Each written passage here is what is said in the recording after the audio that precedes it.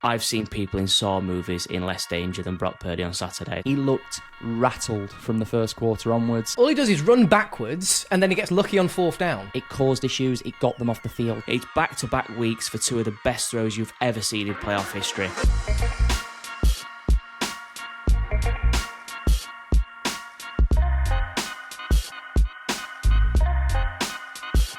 Welcome back to the Early Hours podcast. This weekend saw 8 teams across 4 games, with 2 of them going into overtime. Guys, let's get straight into it. Starting off with the Broncos Bills, 33-30 on this one. A heartbreaking loss for Buffalo and Josh Allen. The Broncos, they made the most of their bye week. They came out swinging and they set that tone early.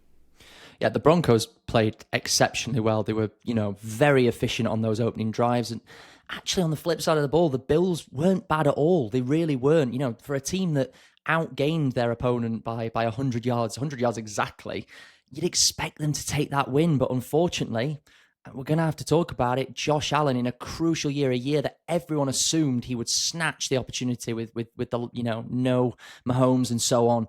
And he didn't. 5 turnovers in this game. It's just an absolutely devastating performance. 2 interceptions and 2 fumbles. The fumbles more concerning. I think we spoke about the potential of interceptions against that secondary in last week's episode, but the fumbles, that was something that, one, you don't expect from Josh Allen, and we certainly didn't predict. It just such a gutting outing from him. I think there was a little bit of desperation, wasn't there? Josh Allen trying to do everything himself, which, I might have said he had to do, but maybe trying a little bit too hard, and then obviously ended up in the fumbles. And the Buffalo Bills beat themselves with the penalties, 68 yards to the Broncos 20. Like you say, more first downs, more yards, more time of possession. Everything was in sort of their favour. And you get to overtime, level pegging, and it's anyone's game, I guess. And it was a good, close game, but the Buffalo defense did really well. They stopped the run. There was absolutely 0 run game from Denver. It's just that Bo Nix produced in the pass game. Yeah, and Josh Allen there, visibly upset in his post-game press conference there, held himself accountable, putting the blame on his own interception in overtime. Do you think the weight of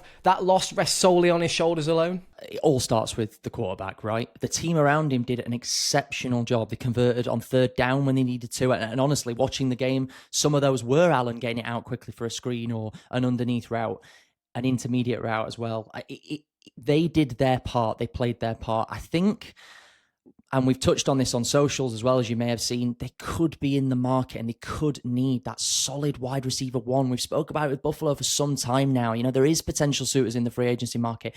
Go out and get him that final weapon, someone he can target, because unfortunately, yes, it probably has to be on Josh Allen. It all starts with him, and he just didn't have an out this game. Well, that's it. Being the quarterback, you are the face of the franchise, really. So, yeah, I think he's got to hold himself accountable to a degree. But, you flip it onto the defense. We've got back-to-back PIs in overtime with those final plays. I think they gave up something like 37 yards. And in the other press conference, we saw Sean Payton coming out confirming Bo Nix is going to miss the rest of the playoffs. So they've gone out and knocked arguably the best quarterback out in the league. And then they don't even have one to field in their game this weekend. Their backup quarterback here, Jarrett Stidham. Do you know that name? I didn't. He was drafted by the Patriots in 2019.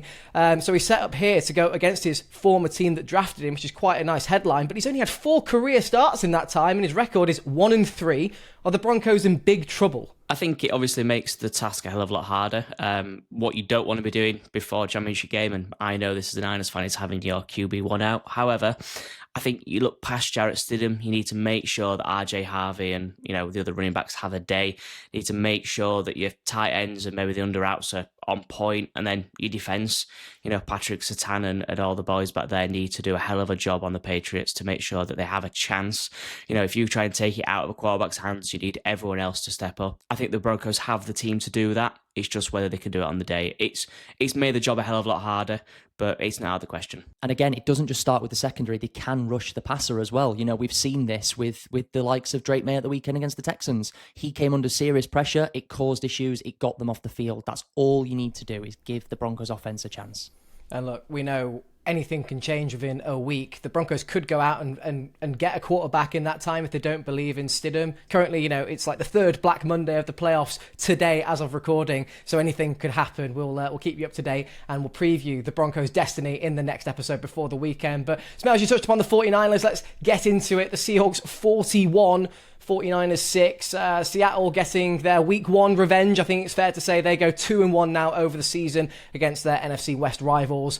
And what a way to do it. Definitely. It was an incredible opening to the game. Straight from the off, the punt goes out. The ball lands in Rashid Shaheed's hands. It's the second 95-plus yard return for him and the score. So what an incredible signing before the deadline he was.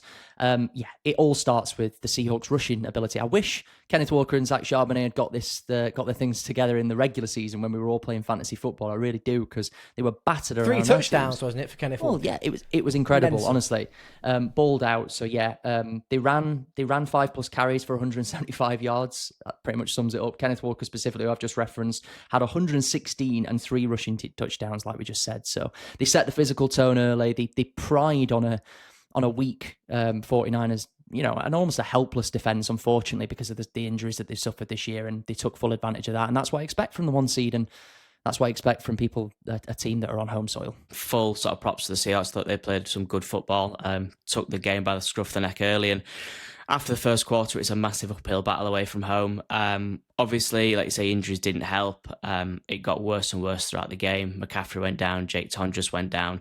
Brock Purdy's season ended with a play. His receivers were Jordan James, Luke Farrell, Demarcus Robinson, and Sky Moore. So that's how our season's gone, unfortunately. Who? Yeah, sorry? Well, no, exactly. I mean, that's the thing, isn't it? I mean, it's pretty wild how it went. So, Brock Purdy was our best rusher on the day. So that, again, it just kind of shows the day that we had. But all props to the Seahawks. It leaves us in a good position for next year, though. It's a year 1 of a cap reset. There's nothing to be upset about. I mean, you look at the Rams in 2023, we've had a miles better season than them. As long as we use the off-season well, get an elite separator for Purdy. You talk about George Pickens, Alec Pierce, then you need a D and O line. There's a stat, I think Purdy ran 413 yards just running for his life against that D line. I've seen people in Saw movies in less danger than Brock Purdy on Saturday. So that's props to the Seahawks and just how the season's gone. So yeah, great game by them, and hopefully they can have a good game next week. And at some point, look, there's nothing to be ashamed of. Seattle holding their divisional rival, scoreless for 8 straight quarters, it turned out, if you count the last regular season game, is nothing to be ashamed of. So valiant effort from the boys that were still out there, but Seattle could make a push now for a Super Bowl. Yeah, you mentioned it in your opening comments, Oliver, but with Seattle winning there, that means both number 1 seeds advance to the next round. How powerful is that bye week, do you reckon? Massive. It makes such a difference, and we didn't just see it with the first seeds, we saw it with the Patriots as well at Foxborough. It doesn't, any opportunity you can get to be on home soil, it makes a massive difference. It means silent counts, it means less travel time as well. Less travel time, well said. Yeah, I think it is absolutely pivotal, and I expect both first seeds to give it a go at least. I think the Broncos are going to have a tough, tall order, but why not? It could be the balance, it could be the difference maker, and it could balance the books. Yeah, well, look, no bye weeks going into the games at the weekend, so it's going to be all to play for. Everyone's going to be bashed up. We've got the Patriots-Texans, 28-16 here. The Texans defense doing everything they could to stay in the game. CJ Stroud doing everything he could to throw it all away. God, it was a bad old day at the office for CJ Stroud. Definitely the worst of his career, and arguably one of the worst in Texans history under center. It was really that bad. 4 interceptions in one half. That's half his entire regular season interception total. So that sums that up. Game on the line. He only threw 20 of 47. He was just over 200 yards. And then we spoke about those interceptions, and the ratio against touchdowns that he was allowed to give for the team and contribute for the team just wasn't good. It was only the 1. So yeah, he threw more passes to Patriots defenders than he did to his own teammates. So that pretty much sums up his day. Quick word on the Pats defense as well. What a star-studded performance. We came into this, and myself included, I'll hold my hands up, could not speak highly enough, and still can't speak highly enough about that defense. For the Texans, they're worthy of a Super Bowl run, but the Pats defense stole the show. They pressured Stroud on 44.2% of his dropbacks, and they made it count. He looked rattled from the first quarter onwards, and he never really recovered. Yeah, I think it's well worthwhile talking about, obviously, Nico Collins missing as well. So he missed the start of the season, and I think it's pretty on point that the Texans struggled and CJ Stroud struggled with him at the start of the season. We saw that the weekend. He doesn't have that reliable wide receiver that he just knows where he's going to be. And Drake May had that with Keishon Butte, and I thought Stevenson had a great game as well in the run game. Again, I don't think the Patriots had to be outstanding yesterday. I think the Texans beat themselves, which is a shame. But, it's the 1 and 2 seed in the AFC Championship game, so no complaints from me there. I think the Patriots have shown they deserve to be there after, taking some stick over the season for their fixture list. Well, that's what I was just going to ask you, right? So, is this just another chapter in an easy run of games for the Patriots this season, or are they genuinely quite good? Do you know, it doesn't matter if you ask me. At the end of the day, they're probably going to come up against the Seahawks, in my opinion. That's probably a slight preview for when we do our picks for the next round. And if they do, they're coming up against the third best pass rush in the league. And I know I'm going back to the Texans by saying this next point, but I think the proof's in the pudding from the weekend's game. They came up against the number one pass rush in the league at the moment. They finished the year, Texans duo, with 33 sacks. Total pressures, I think, was 195, which is astonishing. They were winning on a pass rush rate of 40%. So it's incredible. I think if they perform exactly how they did against the Texans, they're going to have a tough old Super Bowl, because at the end of the day, Sam Darnold is firing. He's throwing balls to JSN. This isn't Stroud without Nico Collins and Schultz. This is a Sam Darnold who arguably is right on the fringe of an MVP conversation in my book. I think he's had a hell of a season. And yeah, I think it's going to be a tough day. So forget the schedule. It's irrelevant at this point. They've got to beat the Broncos, and then they've got a tough test against a NFC West team. Yeah, you can only beat who's put in front of you. Oh, good insight there, mate. Great insight. Interestingly, Sam Darnold's actually got this reputation to not do too well in the playoffs. He's got this stick that he can't really do it in big games, so definitely want to prove this weekend. We'll touch upon that in the next episode. But with the Texans, they crashed out. That means the NFL's dark horse there, they go back to the shadows. And the last game of the divisional round was the Bears-Rams. The Rams beating the Bears 20-17. The comeback Kings, though, they nearly did it again. A last-dance Hail Mary thrown on 4th down on the back foot. At the 40, finds Cole Kmet, and they kept their dreams alive for about 10 minutes, and then the Rams got the dub in overtime. Yeah, and they won this game on controlling the tempo, controlling the time of possession. Granted, the score was a bit lower than expected, and I think, neither team really seized the opportunity. So to your point last week, Goody, they did look like potential bottle jobs again, both of them. Nothing screams bottle job more like going to overtime. You know what I mean? Correct. I think they controlled the game the way that they needed to, the Rams. I think the Bears just, which is nothing against the Bears. What an amazing first season under Ben Johnson, but they just lost rhythm when they were under pressure. And the likes of Jared Verse, they can instill that. And actually, they're one of the first teams this season to be able to hold Caleb in the pocket. And we know when Caleb's in the pocket, he is not as successful as when he's on the move. Yeah, Caleb Williams, he's actually thrown more interceptions than touchdowns in his playoff run this season. If that doesn't scream fraudulent, I don't know what does.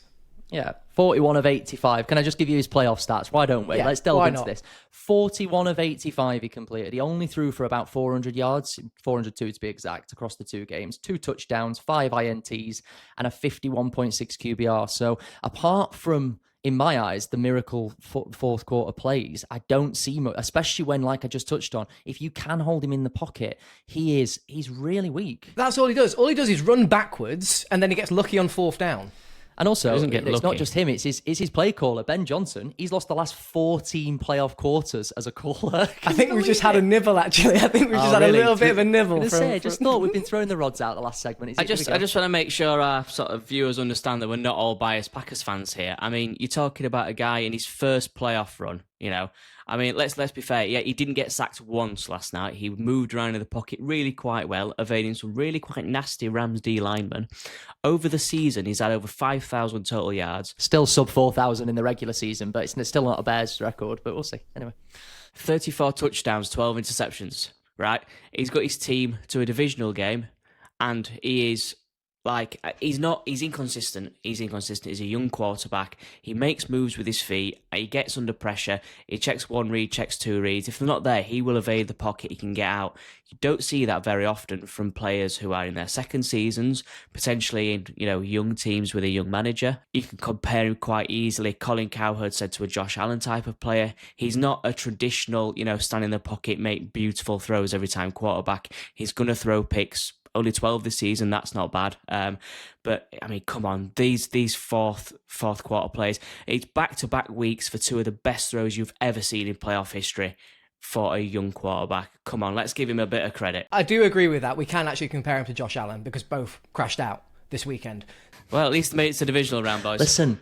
You're both talking about the wrong quarterback. Anyway, there's only one quarterback to talk about from this game, and that's Jimmy Garoppolo, who's made 7 conference championships games in his career. So he's going for another ring. As many as 7, we love it. Garoppolo, he was questionable for last night. They were really worried, He was questionable. Jesus. He was on the injury report. What I will say is, look, down to regardless of what me and Oliver are wearing, Ben Johnson has done a really good job with the Bears this season. I think that's the difference maker. He's completely turned them around. Kelly Williams looks like a completely different quarterback from his rookie season. And I think we've already touched upon it a few times. They're only one decent signing away from having a real stab at this. If they can get out and get the likes of Max Crosby, the NFC North's in some serious trouble. Yeah, if they can secure a pass rush over the offseason, their secondary is, and they will replace Dennis Allen for the DC as well. So I think there's some really good defensive coaches out there. If they can steal Raheem Morris from the clutches of the Packers, who are the favourites to land him, and go out and secure the likes of a Max Crosby or even, dare I say it, a Myles Garrett, that is going to be the difference maker to win the NFC North for the next season and many seasons to come. Scary. Very scary. Scary indeed. Look, 4 teams remain then going into this weekend's game, and then 1 game stands between them and Super Bowl 60. We'll be back before the weekend to preview the conference championship round, as well as give you some much anticipated coaching carousel news. We'll see you then.